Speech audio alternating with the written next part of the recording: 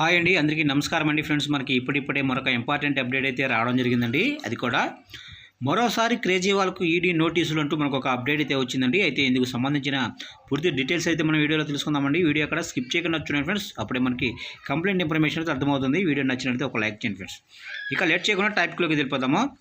ప్రస్తుతం రద్దు చేసిన ఎక్స్చేంజ్ పాలసీకి సంబంధించిన మనీ లాండరింగ్ కేసుకు సంబంధించి ఢిల్లీ ముఖ్యమంత్రి అరవింద్ కేజ్రీవాల్ను ఎన్ఫోర్స్మెంట్ డైరెక్టర్ విచారణకు పిలిచింది. డిసెంబర్ 21వ తేదీన ఏజెన్సీ ముందు హాజరు కావాలని ఆయనను కోరింది. అరవింద్ కేజ్రీవాల్కు ఎన్ఫోర్స్మెంట్ డైరెక్టర్ సమన్లు పంపటం ఇది రెండోసారి. అరవింద్ కేజ్రీవాల్ను నవంబర్ 2వ తారీఖున తన ముందు హాజరు కావాలని ఈడీ కోరింది. అయితే ఇది చట్టవిరుద్ధమని, రాజకీయ ప్రేరేపితమని ఆరోపిస్తూ ఆమ్ ఆద్మీ పార్టీ అధినేత సమన్లు దాటివేశారు. ఇదే కేసుకు సంబంధించి అరవింద్ కేజ్రీవాల్ పార్టీ నేతలు మనీష్ సిసోడియా, అజయ్ సింగ్లను కేంద్రం దర్యాప్తు సంస్థలు అరెస్టు చేశాయి.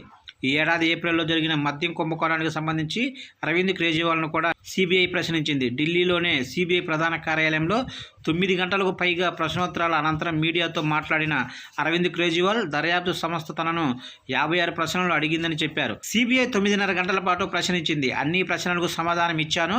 ఆరోపించిన మద్యం కుంభకోణం అంతా తప్పుడు, నీచ రాజకీయం. వారు అప్పుని అంతమొందించాలనుకుంటున్నారు, కానీ దేశ ప్రజలు మా వెంటే ఉన్నారు అని కేజ్రీవాల్ అయితే అన్నారు.